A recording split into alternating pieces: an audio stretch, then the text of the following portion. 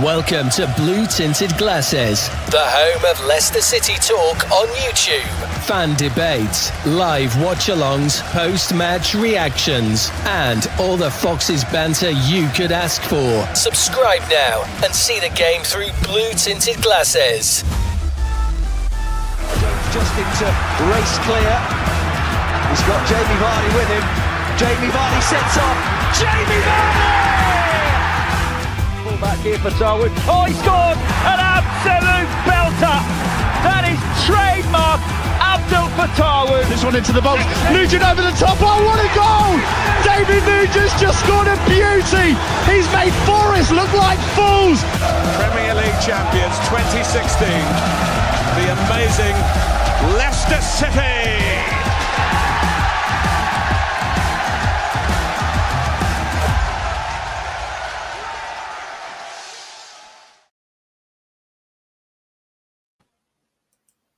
Good evening, everyone, and welcome to Blue Tinted Glasses. It has been quite the week for Leicester City. So many different things have been going on. We're going to try and get through it all tonight, but there's plenty of content coming up on the channel this week. But before we get into it, let me just say hello to the shabbier calm to my Marti Cifuentes, who's still rocking it in the background. It is the one and only Elm. Steve, delighted to have you on the show tonight. How are you? I'm good. Is it because of the bald head? Is that why I'm the Javi Calm? Is that? I'm not saying anything, but there you go. No, I'm not too bad, mate. How are you? Very good. All you need is the one AirPod, and I'll be the Andy King with the other AirPod. And if you remember sharing them, that's how it was. But yes, I'm very well. Like I said, I mean, I don't know about you, but there's so much going on with Leicester. It's actually hard to keep track of it. So that's one reason why I really wanted to do the show tonight. And I'm really looking forward to what everyone in chat has to say. Just going to go through a good few comments before we get started. Good evening to everyone as well. It's from Jolly. Now, this is an interesting one. This is actually what I thought some people would ask. And let me explain why I'm doing this show today. So he says, tactics on the manager that's been sacked? Come on, Anil. Let's do deep dives on managers we are linked with or should be linked with. Well, we are actually going to talk about some managers that we have been linked with in about 10-15 minutes time. And let me tell you, Steve, it's pretty depressing. But the reason I do want to go through Marti's tactics, even though they were terrible, and it is going to give you PTSD, especially as you went to so many games, is that hopefully the managers that we appoint do not do what Marti did. Because I think we can all agree that it was exactly like Cruyff's Barcelona, maybe with them all playing right now in their 50s and so on and so forth. But even into everyone else, and yes, get in your comments. We are going to talk about a lot of Owen stuff as well in the interviews, because I think, you know, that's the big news, right? Is the top interview. Hasn't talked in about 7 years and finally get to it. So for everyone, here's what's on tonight's show. We're going to talk about Marti's demise, what went wrong and why. We're going to talk about who comes next. And then we're going to have a little bit of top interview reaction. Ooh.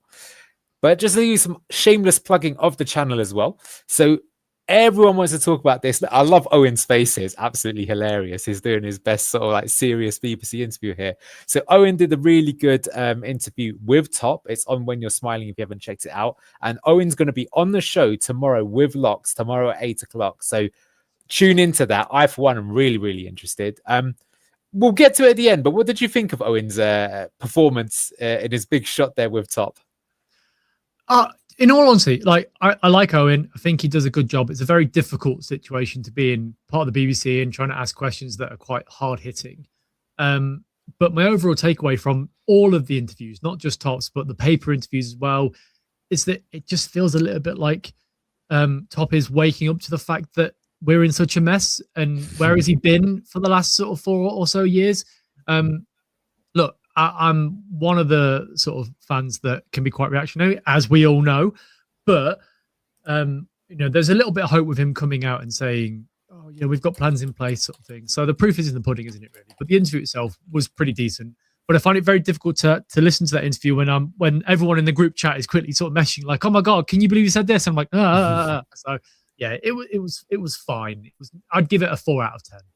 Oh, that's a bit harsh. I think he did well, but I was really hoping for a kind of Jeremy Paxson stroke Emily Maitlis grilling of Top. But we'll get to that later. Like I say, that's a big... Not Owen. I don't give Owen a 4 out of 10. I give Top a 4 out of 10. Oh, in that case, you're being generous. You're being very generous. I would give Top a lot worse than that.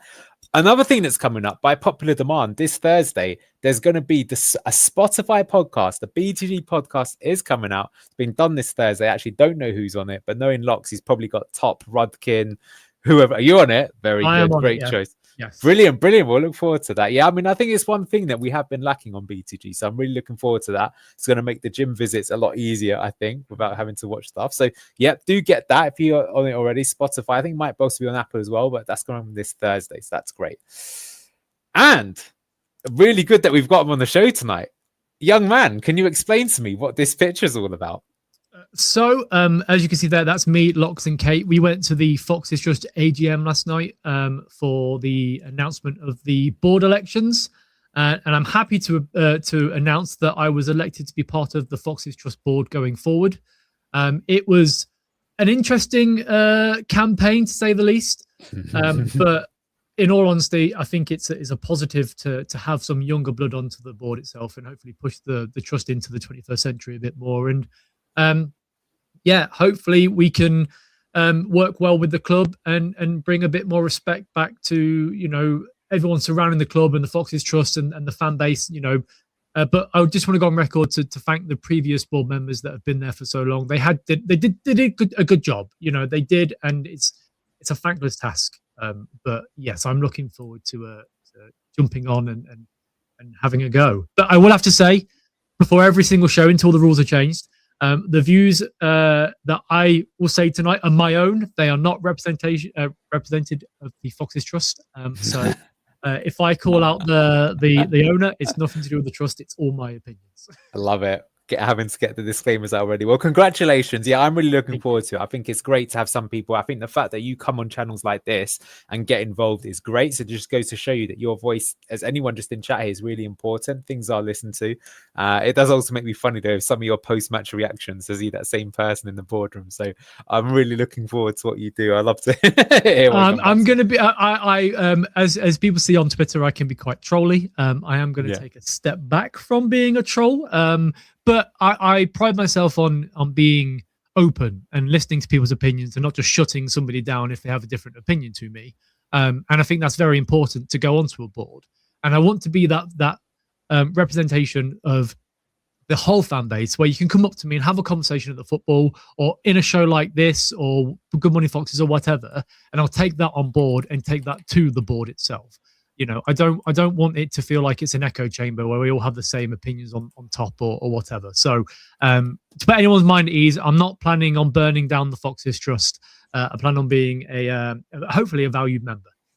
Yeah, absolutely. Well, just got some breaking news here. I'm just going to bring it up here. This is going to be my next point. What do you make of this? Literally, just come on here. Thank you, Tony Smith. 17 minutes ago, Jake Evans loaned off to Northampton Town. What league are they in? Are they in League One or are they in League Two? League Two, Northampton, aren't they? League Two. There you go. What do you make of that? I was a bit disappointed that we didn't see him, given that Rude was quite a big fan of Jake Evans. He even played in the Premier League, not for long, must be said, but he was there. What do you make of this?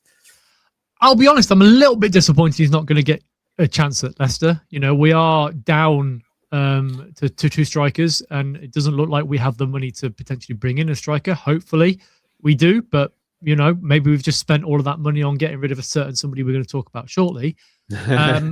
But, you know, they're 21st in League One at the moment. They need the firepower, and hopefully he can go there and play some professional football because that's what he needs to develop. He can't keep missing under 21 games to sit on our bench. Yeah, absolutely agreed. I think this should have been done at the start of the season. So good luck to you, Jake. I'd love to see you come back next season and show us what you can do. I think you're unlucky. I personally think, given other players, he deserved a couple of games at minimum. Will Alves, before he got sent off, got to play in the cup, you might remember. I think Jake Evans, in my opinion, should have had that as well. But we'll have to see. All right, next on news. Oh my God, it just keeps coming flying in. So you might miss all this stuff. So supposedly, that's it. That's the end of Bouba Samare. He's gone to Qatar. So he's really pushing himself in the top league there, Steve. It's crazy. We'll come on to it in a minute, but his last appearance in Leicester City, you can't make this up, was playing as a centre back as we tried to get an equaliser against Oxford United. What do you make of Bouba Samare, eh? I mean, for me, he's a massive waste of potential at Leicester City. When we signed him, I was very excited. I think he could have fit well into our system. But unfortunately, in France, you can be a little bit lazy and not have to worry about it. If you've got players running around you that will do the work. I don't think Samari was set out to be a Premier League player. And judging by the fact that the first time he went down, he went out on loan, and he's not featured that much this season, it just proves that he wasn't interested in being here. And the amount of money we've paid for this guy, if you look at the players out of contract in the summer with Daka and Samare and not Vestergaard, but we'd like Vestergaard to leave, but whatever. That transfer window where we brought these players in, it's just a significant outlay of wasted money and wasted potential for sure. So good to get him gone, but disappointed at the same time that we wasted so much money on him. Yeah, I mean, I got these stats in. So for a progressive midfielder, his stats are unbelievably awful. Over his career at Leicester City, he had 3 assists. I'm doing him this justice. No, it is 3 assists. I was going to say 4, but one of them was on loan to Sevilla. 4 assists, 0 goals. One of those assists, by the way, earlier in the season was when he gave it to Abdul, who then beat 3 men and slammed it top bins. It wasn't even like a great pass. So disappointing. He was supposed to be a hybrid of Yuri Tillemans and Ndidi. Even Ndidi, I had a look at his stats. Ndidi for Leicester had 11 goals, 19 assists over his career. I think a lot of them obviously came in the Enzo season, but he even did well initially under Steve Cooper. So it just shows you that this guy was a complete waste of money. Like you, I've said this story many times. I've got a friend called Danny Carbastian. He is part of the data analytics scouting team at Arsenal. And Arsenal were looking at Buba Samare during the COVID times. They were telling them to go and get it, and they felt at the time that when Leicester signed him that it was a really good transfer. So there you go. Just goes to show you can get them wrong, but what a spectacular failure he was. I think that facial expression says it all. Do you know what? I don't know if you remember that picture of him smiling the other day just before the Oxford match. I think that's what he was smiling for. He knew that he was gone and his time's gone. And yes, he was supposed to be mates with Wesley Fofana, who's also done pretty badly in his time at Chelsea. Kind of left off it. But anyway, the positive with Samari, just really quick, the positive with Samari is that it looks like we're getting a transfer fee for him, which is a positive, because if he went out on a free, you'd add it to the list of players that we signed for a big amount and we let go for nothing. So fingers crossed. That's amazing if true. I mean, let's see when he gets done and dusted. But I think we just get rid of him full stop, right? Let him just write it off. But of course, if you can get $1 million or something like that, as you say, that could pay the loan fee for some players that we could bring in. Let's have a look. So, okay, that's all the news out of the way. Let's get on to it then. So, Marti Cifuentes, he's gone. I think well deserved. Let me just ask you quickly, Steve. At what point did you think, it's just not working out for him? What was like the turning point for you? November.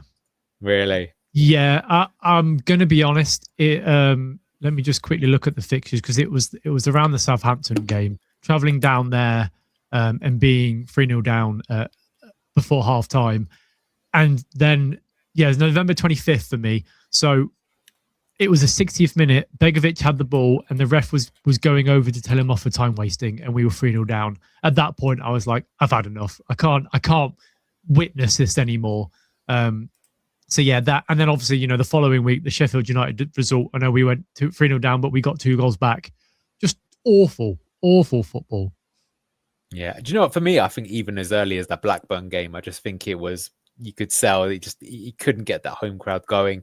Sheffield Wednesday game. I mean, do you know what? You look back at that, even that was not the best start, but first international break, he did the right. But let's get on to some of the reasons I think they've cost him. And so, like I say, what we want to do is, these are the problems that the new manager, whoever it is going to be Andy King to begin with, they've got to fix.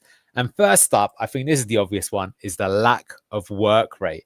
Now, this is something that really surprised me actually this season, because pre-season, the team actually looked fitter than I'd seen them in a long time. But some of these stats are appalling. These are from a few games ago, but I can tell you it hasn't got any better. 24th, that's last in the league for distance covered, second worst in the league for the number of sprints. And, that's one of the reasons why we can't keep clean sheets. So absolutely awful underlying data there. Why do you think we ended up being so lazy? Given that, compare this to 2 years ago under Enzo, winning the ball back quickly high up the field was something that we were brilliant at. It's how we beat Southampton playing that way. I would say it's down to the fact that we tried to play possession-based football. So you don't have to run as far when you've got hold of the ball. I don't know what the stats were for Enzo when he was here in regards to keeping the ball, but we progressed the ball forward a lot more with Enzo than we did with Marti. Yeah. So I'd say we're not doing the sprinting and the distance cover because we just had the ball. We just couldn't do anything with it. Well, you'll actually see, believe it or not, we had the ball a lot less than under Enzo, which might seem counterintuitive, but we'll get to it. It kind of shows this. So anyway, that's definitely a factor, right? So I think it's actually top, even in some of his interviews with Owen mentioned that he felt that he recognized that the players weren't running hard enough. So that's a massive, if, even he's sort of saying it, although it might be a club piece, say the fans will like it if we do it. But that's number one. The next one is, the big one. Tony's got it here. Our poorest defense. So I've got some of these stats here, and here's your possession one here as well. So I'll get to that. 53% under Enzo was 65 generally, which is a massive difference. But let's get onto the clean sheets. This is absolutely insane. We have the joint worst record in terms of clean sheets in the league with Sheffield Wednesday and Norwich City. That is unbelievable. How many games are we in now? 26 games, something like that. 3 clean sheets. What on earth has gone on there? How has that happened? Well, I'm going to pull a quote from Locks here. We've got a bozo goalkeeper. But I would say the majority of the time it's because we've been caught out close to our goal, haven't we? So we can see goals because we make mistakes. Yeah, exactly. Yeah. So, and the fact that we have probably one of the highest paid defenses in the championship, and we've only got 3 clean sheets all season is an absolute disgrace as a football club. But yeah, it just terrible defending all over the place, like chickens, under with a fox jumping on you, just chickens running everywhere. That's what it felt like. Yeah, absolutely. Well, I mean, look, so some of these stats are really worrying. So we've scored 40 goals, but believe it or not, we were only expected to score 31. So I think that really shows you the moments of individual quality. Like Fatawu probably has got 5 that he shouldn't have scored. Bobby Reed scored a few belters. Jordan James the same. So outperformed. That makes it even worse. We not even particularly good going forwards, and yet we're outperformed our attack. Possession, like I say, this is actually significantly down on Enzo, which shows you again that even makes it even worse what we're doing with the ball. So that's another thing. But the clean sheets, absolutely ridiculous. And I would say that probably means that the first thing the new manager has to do is, even if it's boring, is we've got to keep a clean sheet or 2. Because, Premier League is one thing, but I have to say it's insane. I think it is. We have got the most expensive defense in the league. We must do. With all of them. Macaulay, Vestergaard are still there. Faze obviously has gone out on loan now, but still it's going to be expensive. What would you say is more embarrassing? Yeah. Sorry, would you say the games that we didn't score at home last season in a row, or the fact we've conceded 23 clean sheets we haven't had 23 clean sheets in a row? Or we conceded a goal in 23 games basically. What's more embarrassing for you? The fact we haven't scored, or the fact we're conceding more? This season's more embarrassing because the one difference is the Premier League is a Premier League. And in the Premier League, you've got things like Brentford spent 45 million on Dango Utara.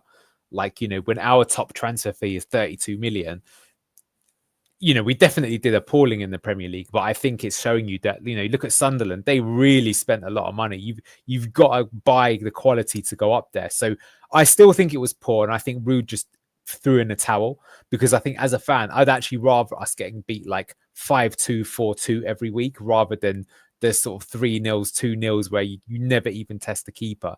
But we're in a championship now. We're in a championship where I still believe, Steve, that maybe now after the January transfer window, now finally perhaps you could say Ipswich have the better squad.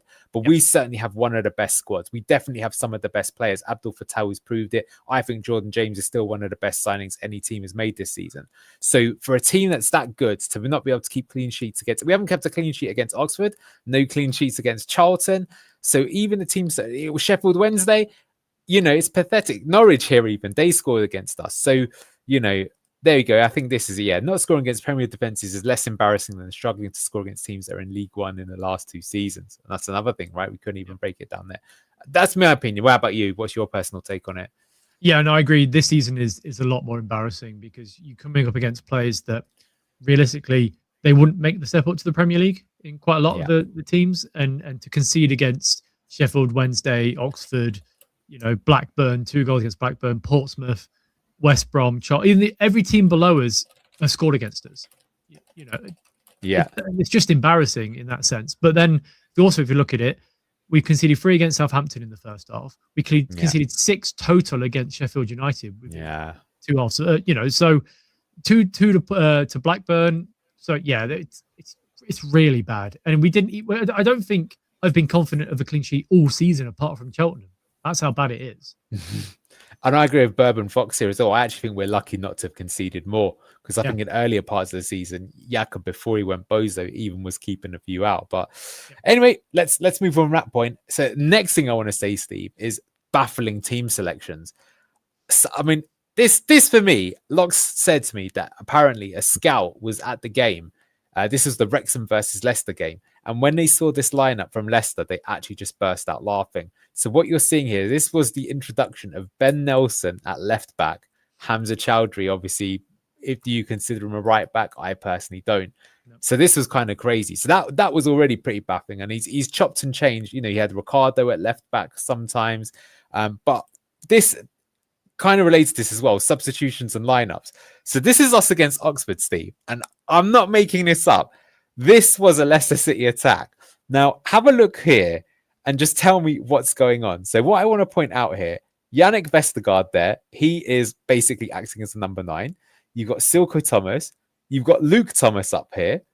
You've got Patson Daka. You've got Stefan Mavadidi operating as what seems to be an attacking midfielder. You've got Jeremy Munger on the pitch. What on earth was going on here?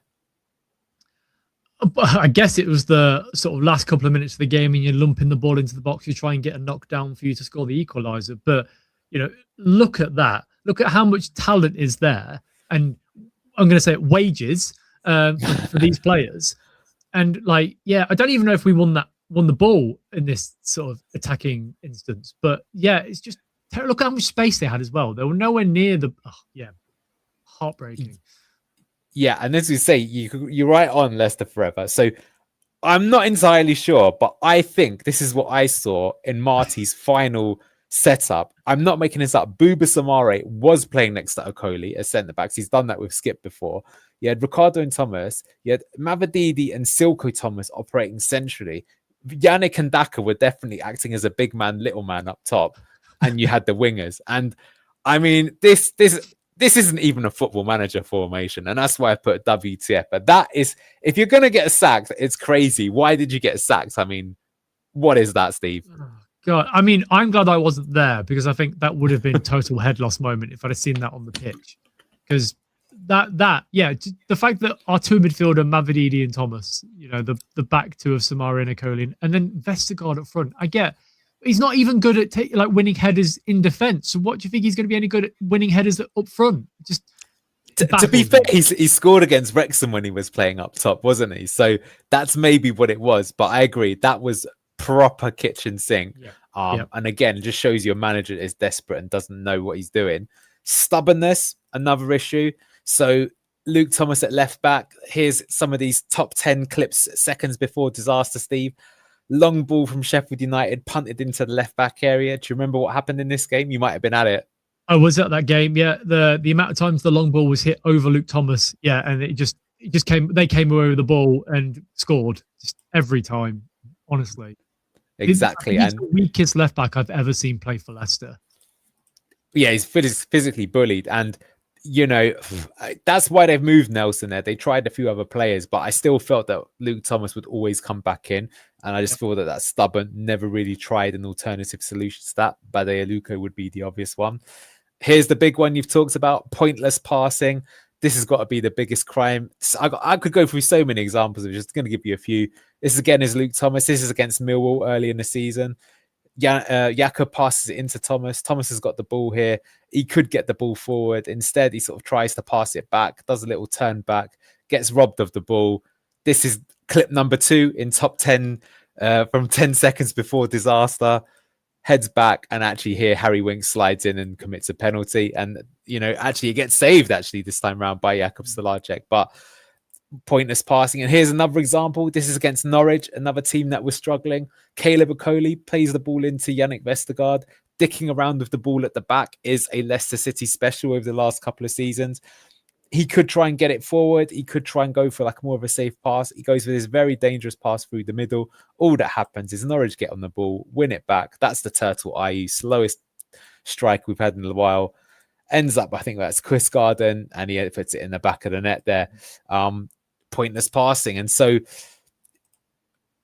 well, what would you make of it? Because I think this is like a big thing where I do like having possession of the ball and trying to play sexy football, but I cannot deny that over the last few years, we've just passed it around the back for the sake of passing it around the back.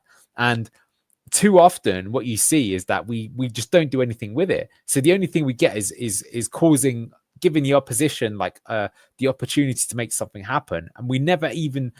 It's very rare that we make an attacking move out of that pointless passing. You as a match-going fan, what do you make of it? So I compare this style of football to like Timu Enzo, but not even Enzo ball, because at least with Enzo ball, you killed them with possession. You had the ball. And look, I will say that the most frustrating football match I've ever been to was Plymouth away and Millwall away in the same week, where we lost 1-0 both occasions, and we just didn't look like we were going to threaten, and we had the majority of the ball the whole game.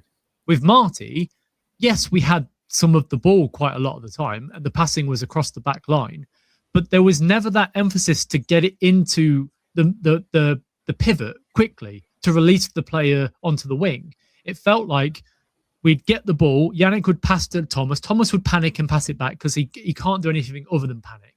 And then you just pass it across the back line again, and the pivot would just not really do anything other than recycle the ball back to Yannick. And that's all well and good if you're winning a game of football and you're keeping control of the game. If you're losing 1-0, that's not going to help anything, because every time we had the ball to attack, we would slow it down, and that meant that the defensive line on the opposition side and the midfield would then just get back into their positions and just hold off and wait for us to press forward into a certain area and then press us, because we weren't very good at dealing with the press. So, yeah, for me, for the amount of games I've gone to this season and I've seen the continuous passing of the ball between the back line, no wonder the fans get frustrated, because I don't want to see that football. We won the Premier League by playing counter-attacking football. I'm not married to that idea. I don't think we have to play that counter-attacking style at all. But you go from Brendan, which is the awkward passing sort of from left to right for the entire game, to Enzo, who was passing the ball a lot, to now Marti doing it. It just doesn't bring me any joy. It makes me depressed. So, I want to see goals. That's what I go to football for. Not it was having 70% possession and Vestergaard having 98% pass accuracy. Yeah, I totally agree. I mean, I agree with this from Tony. The biggest letdown with Marti is he did nothing he promised in August. And I will show one move. And the sad thing about this, Steve, is I can only really think of about 4 or 5 times across his whole tenure at Leicester where I feel Marti ball, we actually saw what it was supposed to do. So here is the idea. You've got Yannick Vestergaard here. I've got wings circled here. And I've also got Skip here as well. Now, in the Enzo days, what you'd have is instead of Skip, this would be Ricardo, and you'd have this kind of box. And so you'd have 4 players here versus 3 midfielders, and they'd pass it around until one of them became free. Then if someone's put in here, Bourbon would put here. Then the pivot would be able to turn back to front, and you'd be able to start an attacking move. So what Marti was trying to do is, instead of playing the player here, he had sort of an attacking channel here, but he's looking more for like these players that are a bit further up. So in this example, Yannick actually plays what we call the line breaking pass, because it goes through 2 lines, finds Jordan James. Jordan James then, you can see it's a really nice move, plays it through the channels into this half space. Abdul gets on the end of it, and then you've got Daka, who could perhaps get across. Of course, no goal was actually scored from this attempt. So unfortunately, it kind of shows you that we didn't do it. In this case, Abdul cuts in and goes for a shot. But yeah, the amount of times that was a nice looking move. But what would more often happen is that Vestergaard would try and play this pass. It just gets cut out. And then all of a sudden, we've got all our players up the pitch and a counter attack is on them. We're going to come to that in a moment. So tactical inflexibility. So another thing that he tried quite a few times, including against Oxford, which we'll come to again, is just playing a high line. Now, this for me was one that was really outrageous. We were 1-0 up against West Brom. They looked really poor. We were comfortably in command. Ball comes here. You can see that just a bad press here means, look at this, there's room for the pass to go in front, so they're not blocking the passing lane. And what that means is the ball can come out here. You can see that Ben Nelson steps up because of how high the line is, but they're not even in line with one another. And then all it takes is one pass. And I remember this game because before even this, I think as soon as this ball went to here, you can on the watch along, I was just like, oh no. Mm-hmm. You just knew what was going to happen. One pass is all it took. And look at that. Easiest goal you'll see. Married to the idea. And just to show you how stubborn he was. So this, I don't know if you were at the game or not, Steve, but here we go. This is a Leicester corner. What do you think happened from this corner? Well, I know what happened because I was on the underground watching the game, and I said out loud, "Are you fucking kidding me?" It was the breakaway where we had the ball, they got the ball back, and then just countered. And we had their striker had all that space to run into. He had about 15 seconds of time as well.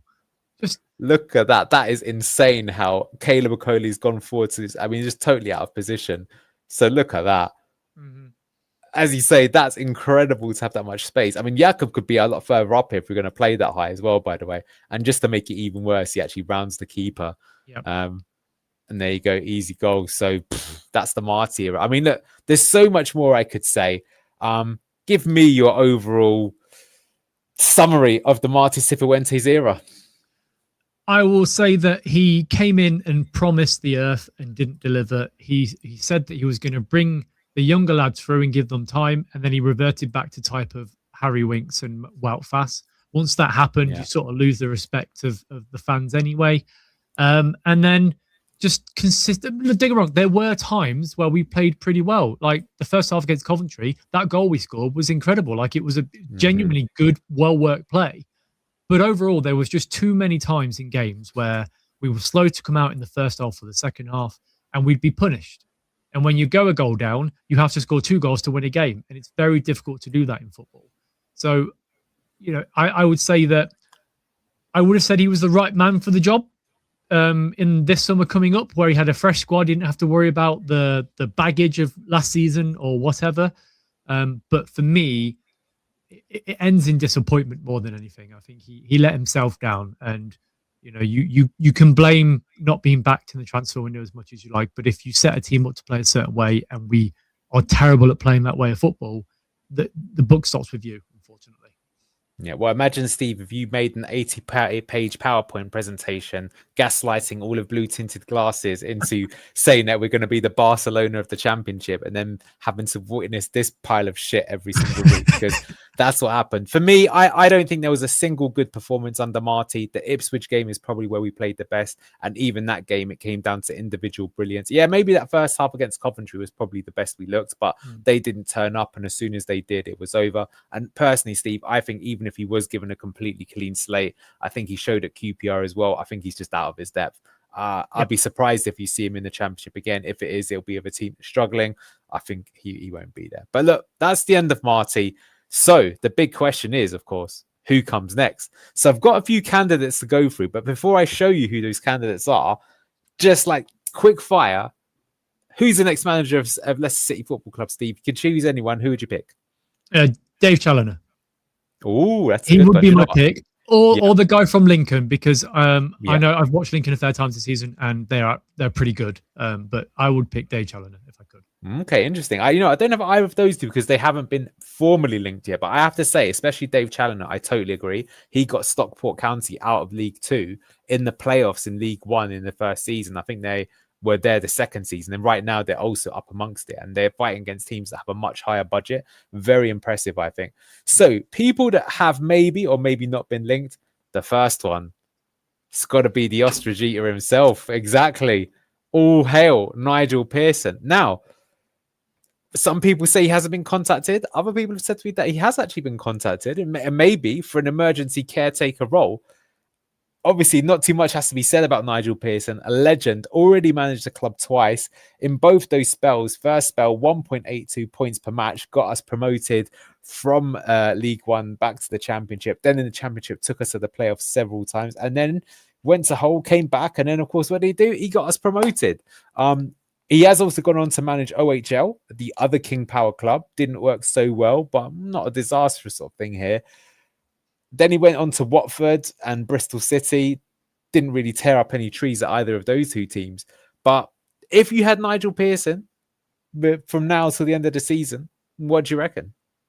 I'd take it because he wouldn't take any shit. That is the manager that the entire fan base can get behind, Nigel Pearson. And he wouldn't allow the players to go above him as the manager. My only worry is that if we get a big enough points deduction, I don't want to end the cycle of Nigel Pearson when he got us up from League One last time with us getting a relegation to League One this time. Because he'd be forgiven for that though if that he happened, would be, sure. But imagine that's your bookend. You got us promoted from League One, and now you're getting us relegated to League One. But I think he would, if I had to pick somebody to come back just for 6 months, not for the rest of the, for next year, it would be Nigel Pearson. Yeah.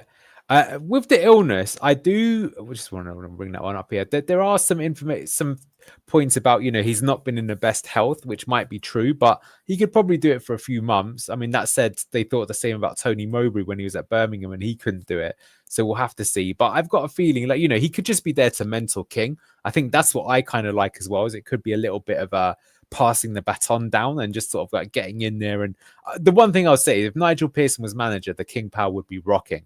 And you know what? Sometimes, when you're in these situations, it isn't even so much about the tactics. It has to be the attitude, performance, and the players. But if everyone's behind you, it can give you that 10%, and it just takes a couple of wins, and you can get there. So anyway, that's Nigel Pearson. Yeah. It would just it would be like you've dated your high school sweetheart for 3 or 4 years, right? And she's the love of your life, but you break up because things happen. You get married and you have an awful divorce. And then you reconnect again, and you come back, and you just fall back in love with football again, or your, sweetheart. So bring me Nigel Pearson. Yeah. Well, I said, I would have Nigel as the technical director, to be honest. So he could even maybe come in for 6 months to manage, and then move upstairs to that role. That would be very cool. But yeah, I'd love to see him here because he built that club. That's the big thing. I mean, that's the massive thing. And I think if he would probably come in and he'd probably be ashamed of what's happened. And I think just his sort of dossier on what's gone wrong and why would be some big learnings for us. Right, next one to be linked with is another former Fox. I remember him back in the Martin O'Neill era for a little bit. Gary Rowett, not the best, but he did play at right back a few times. So Gary Rowett, he was manager of Oxford, I think, the first time we played him earlier in the season. Then they got sacked. Bring up his record here. So obviously he did get sacked from Oxford. But I will say that if you look at his record across all the teams, his points per match is actually not too bad. Whilst it's not spectacular, I'll tell you what this means. It means that you'll get 46 points to 50 by the end of the season. And I mean, here you go from Buzz. Gary Rowett, I take. Oxford was his worst job, averages 1.5 points per game, which is 70 points. So even if you had a 10 or 15 point deduction, Steve is not having this. I can tell from this. I mean, temporary. I mean, I have to say that his style of football is pretty dire. He's pretty 4-4-2, defend, just more kind of underdog football. But I would say, I bet he would fix the defense pretty quickly. What do you make of Gary Rowett? It is a damning indictment of the state of Leicester City that we are being linked to a manager that has been sacked from Oxford, who are currently second bottom in the Championship, to take over to save us from relegation. So, look, I no issues with Gary Rowett as a person, and whatever. He's been okay as a manager, but you can just tell it'd be an appointment for 6 months, and. But then he'd do all right, and we give him the contract in the summer. I don't think we would. I don't think we would. Unless the only way he'd get the contract is like he won every game 3 or 4-0 or something like that, I think. I wouldn't take him. Personally, I wouldn't. Yeah. We also have this obsession with former players taking over as well. There's this, I've noticed it on every podcast I've listened to recently. Oh, bring in Chris Powell, bring in Gary Rowett, bring in Neil Lennon. No. We don't want bring somebody else in. Jesus Christ. Sorry. I mean, we took a bloke fired at QPR, and maybe that should have been the wake-up call for us that he was, fired from them. Look, I mean, there were a point about, giving them a job, because the one obviously that comes to mind is Craig Shakespeare. But I would say that Craig Shakespeare won those 5 games in a row. The game against Seville is one of the best matches I've ever been to. What a night that was. And the team was playing much better. So I personally think he did deserve that job. But because the performances were good and they were so different from before. But look, I don't know what happened. So that's him. Next one, of course, it feels like inevitable. It's Kate's husband, Russell Martin. Oh, I'm glad I left this noose here. Jesus. So, taking a look at his record, obviously he's just come off an awful stint at Rangers where he stunk the place out, and his replacement Danny Roll's done much better. But again, you look in the Championship, and again, his points per match is pretty good at MK Dons, at Swansea, and then obviously at Southampton where he got promoted. And that Southampton record, I've got to say, is quite highly tarnished by the Premier League stint where they basically didn't get any points. But you know, he in the sort of situation that we are now, when you're in a firefight, could you have it? I'd rather row it than Martin, says Jolie. I think I would agree for you where we are right now. I bet he is keen on the move. But let me ask you about two things, Steve. So one is for the time being, and also though, secondly, is what about if he came in the summer? Would either of those options appeal to you, or is it noose time? No, I need the noose. If he comes in now, we are just going to play the same football that we have with Marti, and we're just going to get more and more in trouble because the players aren't good enough for that system. If he comes in the summer and we give him money to spend, look at the signings he made at Southampton. They weren't great. And I just think that this style of football, look at the Premier League, it is not a style of football that is played that much now. You know, you get the big burly centre forward and you play through the lines and you try and be as powerful and quickly as possible. It's just not that. I don't want him. Give me the noose. Yeah, I would agree. I think he's yesterday's man right now. He'll need to reinvent his career himself. The way that the Premier League is going. I agree with you there, Steve. I think when we had Enzo, the exciting thing is I thought that style could work in the Premier League. But as of right now, you're seeing that. Can someone take Steve's shoelaces, please? Especially, I tell you what, if Russell Martin gets appointed, we've got to rush round to his house and make sure nothing happens. But yeah, look, I just think that we're going to be constructive. We've got to think about how we can be more stronger physically and be able to hit teams more on the counter again. We've got to have that aspect of our game. And Russell Martin's just not about that. He still thinks Spain winning the World Cup in 2010 is the pinnacle of football. Back then it was a proven system, but football's moved on. We've worked out how to solve it. Right, next one though, and I have to be honest with you, as bad as Russell Martin is, I would take him all day, every day over two people. One, I'd take him over Marti Cifuentes. I will say that. I still think he's a much better manager than Marti Cifuentes. But the second one is, good Lord, Chris Coleman.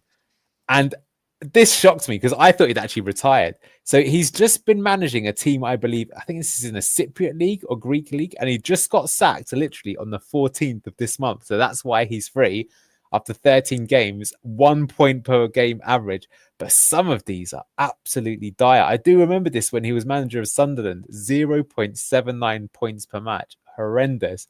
He was at Fulham, he was at Sociedad at some point, and that's not bad, but you can see even then he didn't last long because clearly that wasn't good enough for a team who was that competitive. Wales was his best stint, where of course he got to the semi-finals. But other than that, yeah, he was manager of OHL. I forgot about that. That's obviously where the name has been linked to. But look at that again. His points per match, awful there.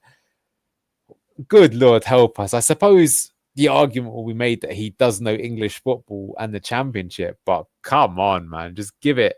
Here we go. Thank you for this. I had no idea. It says Asteras are 13th or 14th in Greece, so he's failed with them. Coleman, good Lord, what do you make of that? So I mentioned the rope with Russell. I would take the guillotine for Coleman.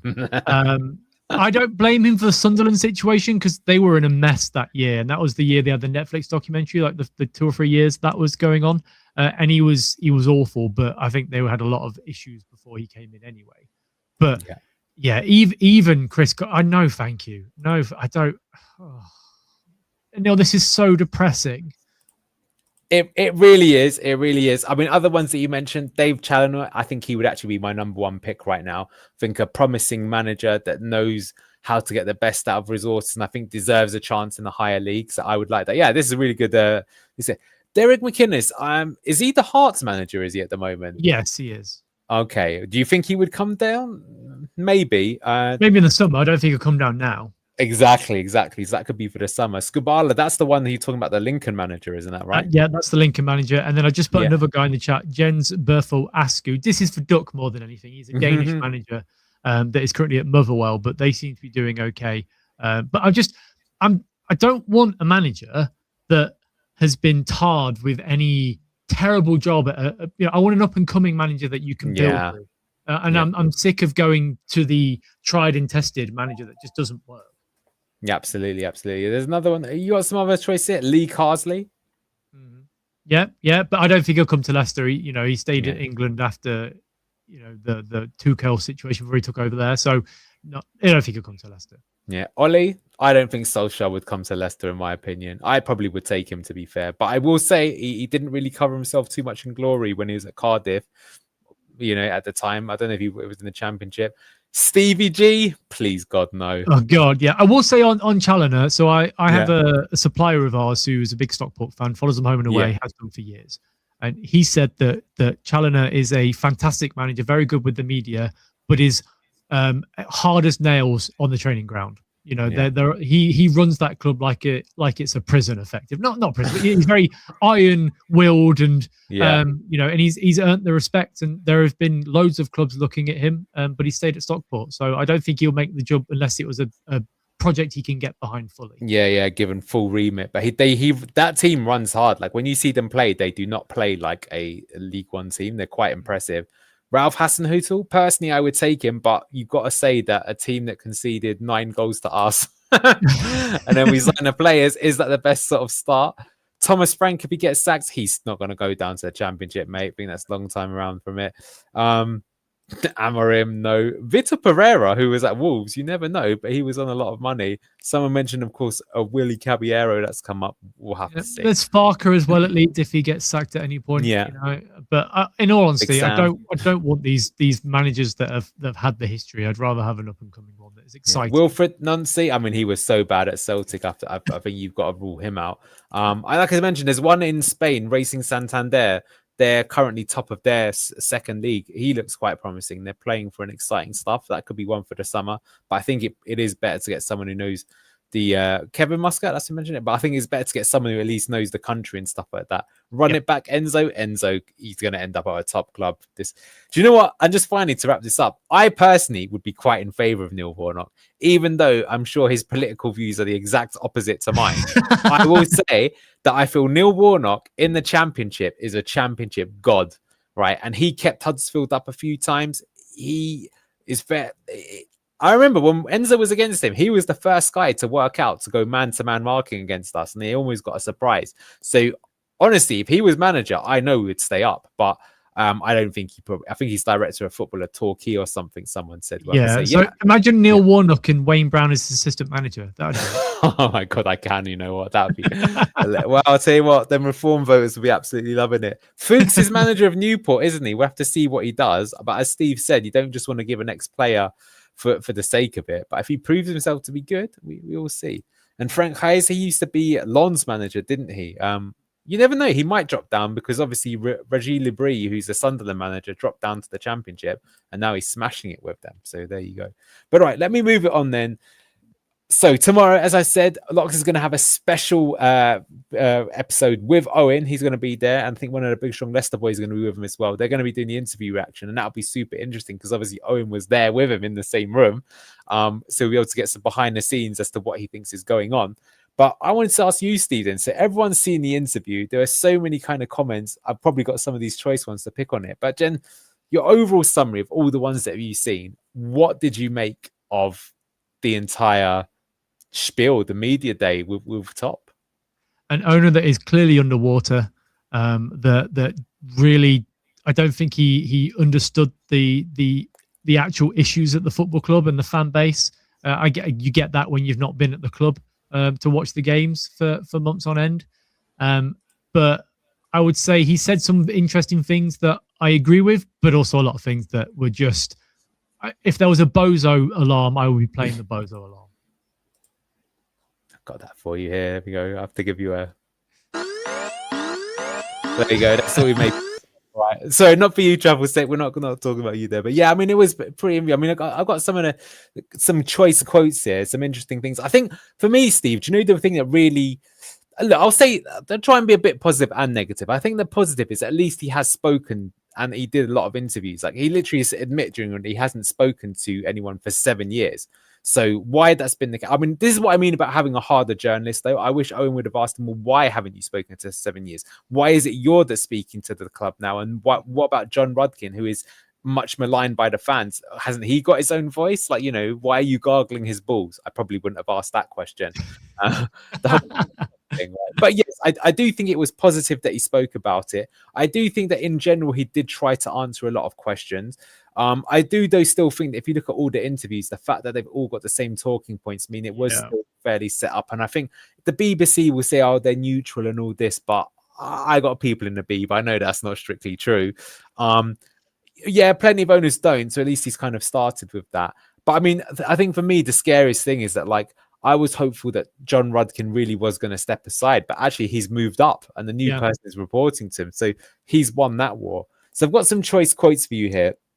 Here we go. Kuntop, the players need support from the fans big time. Nobody wants to see us in League One. I don't know about you, I kind of found that a bit patronizing that, like, it's you fans, you have to get behind the team. Why are you always so negative? I was like, bro, because you don't fucking talk to us and the team is shit. What did you make of that sort of comment? As a match-going fan that has been to almost every game this season, if you're relying on the fans to get you going, that is not on the fans, that is on the players. They should not need the supporters to give them all sort of hugs and kisses and pats on the back for the first 5 or 10 minutes of a football match. We've conceded 9 or 10 goals this season in the first 10 minutes alone. You can't say the fans need to get behind the players. That you earn the respect of the fans by putting in performances. They haven't been doing that. Just run hard. That's the first thing you need to do. Make some challenges. I mean, that's. Well, don't worry, because Hamza said at the weekend they worked really well for the first 2 or 3 minutes and then they lost it. So that's what we want to see. That was unbelievable when he said that, wasn't it? Unbelievable. Okay, a bit of a longer one, but let me read this. I still don't. Okay, this I think was very concerning, Steve. I still do not understand why we go down the relegation from the first time from the Premier League. I talked to a lot of players at that time. I think the main problem is we had no experience of a relegation fight. We were so relaxed that we were going to be okay. What I heard is, boss, don't worry, we'll be okay. We were not okay. I could not play, so I tried to help in every single aspect that I could. I can get in, talk to them, shake them up, whatever I could do. I did it. The Premier League is difficult, but we shouldn't have been in that position. Leicester had to swallow some of their pride. We grew bigger and bigger, and we've got what we were before. We thought we were here, he says, raising his right hand, and in the most dangerous position to be in. Even myself at the same time, we should realize we can be small. We can be big from results and the performances. This was the one actually that I noticed that when Owen started talking to him about it was the most rattled he got. And again, that's why I wished he kind of really sort of started interrupting him and being a bit Paxman about it, because I think he could have made him crumble. But for me, I still think that the fact that, internal review from 2.5 years ago, that's another one that doesn't kind of do it. What did you make of that? Because he goes, I don't understand why we got relegated. I mean, there's 2 words that come to mind that are pretty big reason why we fucking got relegated that season. And one rhymes with Todgers. What's your take on this? It's like a man strangling himself and saying, I can't breathe. Why? What's going on? Mate, what are you doing? Like, this is the first part I read. And my actual reaction was, I have no words. Because why would you come out and admit that the players were saying, we're all fine, we're all good, don't worry about it? No, you're the owner. Like, we all know we took too long to sack Mr. Todgers. But to be like, we never saw it coming. I think the majority of the fans saw it coming from December. So, yeah, I honestly, and then to be like, well, we forgot where we were. We were here and actually no, mate, that doesn't wash. This is on you as the owner. Ugh. I agree. And I think, like, so, it's all well easy to be critical, but I feel like how he could have answered this is he could have said, look, at the time, it clearly was a mistake, but the club believed in Brendan Rodgers. He delivered the first FA Cup the club's ever had. He had some fantastic performances, such as the 9-0 win against Southampton. And we sat down privately and talked to it. And him and the team assured me that they could get out of the situation. So I trusted him. In retrospect, I should have I should have fired him sooner. I didn't, and for that I want to apologize profusely, and it's a mistake that I'll take on the chest, sort of thing. And he could even say that's why I decided to act upon the Marti Cifuentes, although at the time of this interview the Cifuentes thing hadn't been done. I think there are a few ways you could have handled it and he didn't. I think this one just really came across as very naive and clueless, and I think works against you. But fair play, at least he kind of did it there. You know what's crazy, Neil, about this situation, right? Is if Vashai was alive when Rodgers came out of the first week of preseason and said, I've been told we have money to spend, we actually don't have money to spend, and he threw the club under the bus, he would have gone then and there. It wouldn't have mattered about PSR. He would have been sacked.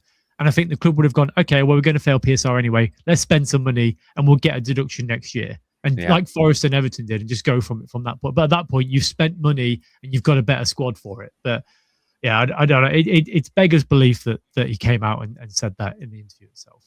Yeah, I agree with Luke here. So he lost 6 games in a row and then drew the next one. He should have gone after that. And Vichy absolutely would have got rid because he'd have seen the writings on the wall. Another quote from him. I feel the pain of the supporters. I feel their pain and the frustration of the whole club. I used to be a football fan. And when our team lost, I felt so bad, Top says. This one, obviously there's a language barrier, right? But it did feel like, I used to be a football fan, but now I'm Mr. Bigwig, so I don't have time to be at the games or watch it. And that, we feel disconnected from the club. What do you make of this sort of comment? I think that the used to be a football fan, I think that might have been sort of mistranslated. I think he meant to say he was a football fan. Oh, no, he is a football fan sort of thing. But I had this argument with Graham a couple of weeks ago where I said that it's okay for people like myself that don't have just football as an escape from life. They have other things they can do. He's lucky. If Leicester lose, he can go and play polo. He can sit on his boat that he's selling for £10 million or whatever he wants to do. And I'm so sorry that he felt bad. A lot of Leicester fans, when they lose, it ruins their week. You don't have these things to take them away and, play polo or whatever. So, yeah, again, it screamed to me it was somebody that is a bit out of touch. But he's a billionaire, so of course he's out of touch.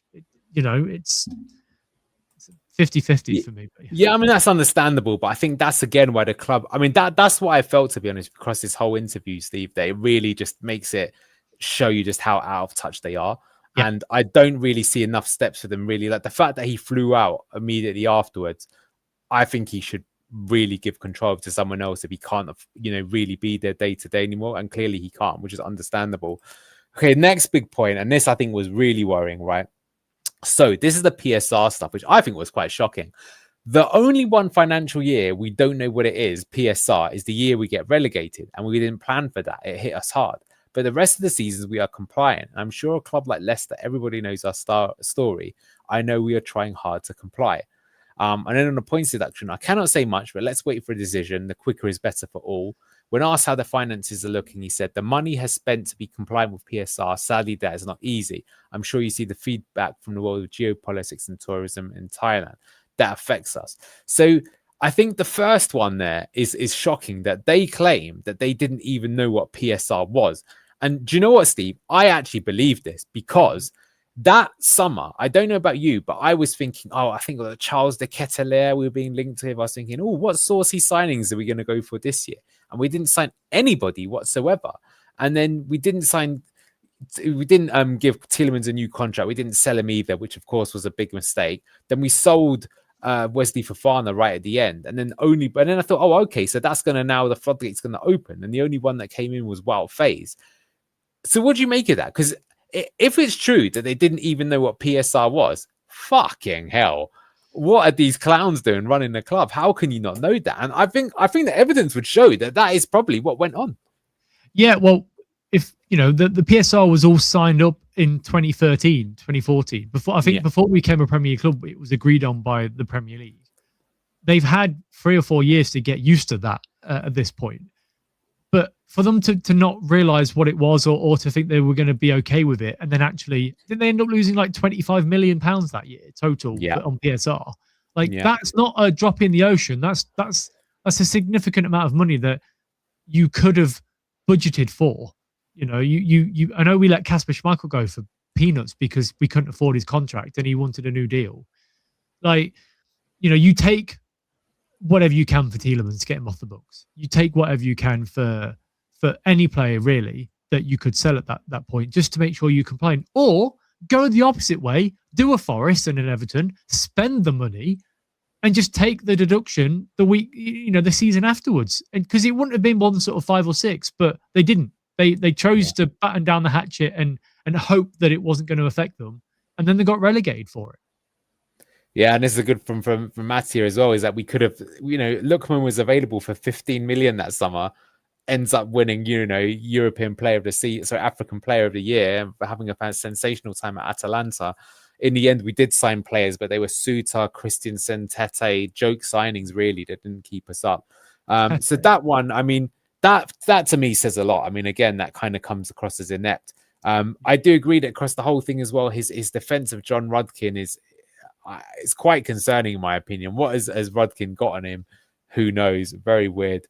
How many more quotes? I've got one more quote then, and I'm just going to show you the table before we head off. So he said this: selling the club is not the way to exit. I have to make sure that I complete everything I did here before I want to leave. Now I need to make sure the club is in a good place. So this was an interesting one, because I think a lot of people, I personally, several times this season, Steve, thought the club must be up for sale, because it's the only way it could explain the baffling decisions that's been going on. Now, though, it sort of implies to me that he will sell the club, but he'll only sell it basically once the asset value is back to where it was. Because if you sold it now, it's probably worth like 200 million less than if it was a Premier. Like, imagine this club when they just finished 5th 2 years in a row, how much you could sell it for. Probably $1 billion, I reckon. I wouldn't be surprised at that, right? Yeah, so, you probably would have been sort of fighting Newcastle for the Saudis that came in there, if they had done that, but they haven't.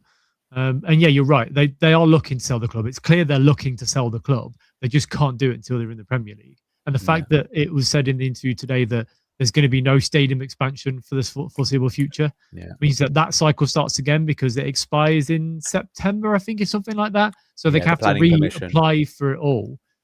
So yeah, it's telling us something, but not really telling us anything. We all know what he means by it, but just come out and say it. Or like he said, I want to sell it to a prince. Okay, we all know what you want. You want £1 billion for it, but you're not getting it. Prince Steve could buy it. We can always hope. I can't. I'm on the Fox's trust now. That's a conflict of interest.